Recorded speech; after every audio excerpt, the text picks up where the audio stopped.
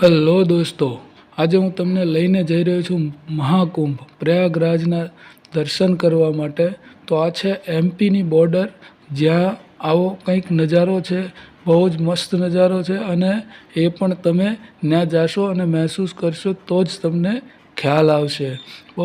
બહુ જ પહાડી અને એવું બધું છે અંદર। તો જોઈ શકો છો તમે પૂરો નજારો, કેવો અલૌકિક નજારો છે। પછી અમે હવે આગળ પ્રયાગરાજમાં પ્રવેશ કરવા માટે યુપીમાં પ્રવેશ કરશું થોડીક વારની અંદર। પણ મેં આ નજારો જોયો ન તો મેં એવું વિચાર્યું કે આ નજારો તમારે પણ જોવાય અને તમને પણ બતાવું, એટલા માટે અહીંથી જ મેં વિડીયો સ્ટાર્ટ કરી દીધો।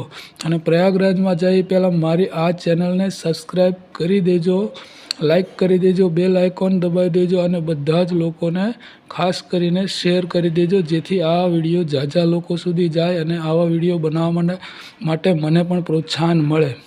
હવે આપણે પ્રયાગરાજમાં ઉતરી ગયા છીએ અને આ છે એનો ઘાટ, સંગમ ઘાટ છે ને, એ બાજુ જવાનો રસ્તો છે। સામે તમે જોઈ શકો છો ગંગાનો કિનારો છે અને ત્યાં પણ બહુ જ ભીડ હતી અને લગભગ 8થી 9 કિલોમીટર ચાલ્યા તે અમે અહીંયા પહોંચ્યા છીએ અને બહુ પબ્લિક હતી। મિનિમમ આ તો માનો ને 12 તારીખ નહીં, પૂર્ણિમાનું અમૃત સ્નાન નહોતું તો પણ આટલી ટ્રાફિક હતી, કારણ કે આ તો 11 તારીખે અમે આલો શૂટિંગ કરી રહ્યા છીએ અને અહીંયા અમે સ્નાન કર્યું હતું। પછી અમે આગળ વધ્યા અને મેન સંગમ ત્રિવેણી ઘાટ છે ને ત્યાં જઈ રહ્યા છીએ। આ ત્રિવેણી ઘાટે જવા માટે વચ્ચે જે અખાડા આવે ને તે બધા છે। અમે બજરંગદાસ બાપાનું અન્ન ક્ષેત્ર હતું ને બગદાણાનું, ત્યાં જમી અને અમે ત્યાંથી નીકળ્યા હતા અને ત્રિવેણી ઘાટ બાજુ જઈ રહ્યા છીએ। વચ્ચે બધા બહુ મોટા મોટા અખાડા આવે છે। આ અખાડા બધા પાર કરી અને લગભગ અહીંથી અમે 100 રૂપિયાનો ચાર્જ બજરંગદાસ બાપાના જે અન્નક્ષેત્રથી 100 રૂપિયાની ભાડું દઈ અને રિક્ષા કરી હતી। નહીંતરને એ તો લગભગ 15થી 17 કિલોમીટર જેટલું દૂર છે, 15 કિલોમીટર આસપાસ હશે, એટલું તમારે ચાલીને જવું પડે છે, ત્યારે તમે સંગમ ઘાટ પહોંચી શકો છો।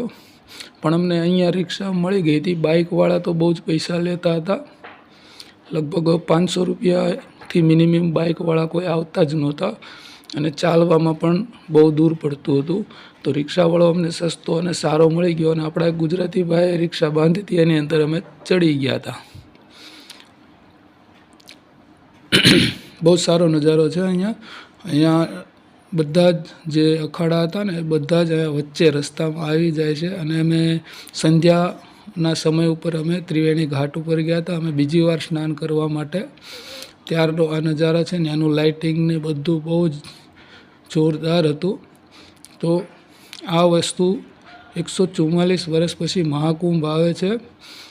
હવે આ કુંભ આવતા આપણી પેઢીઓ ચાલી જશે, તો હવે આવશે પણ કુંભ આવશે।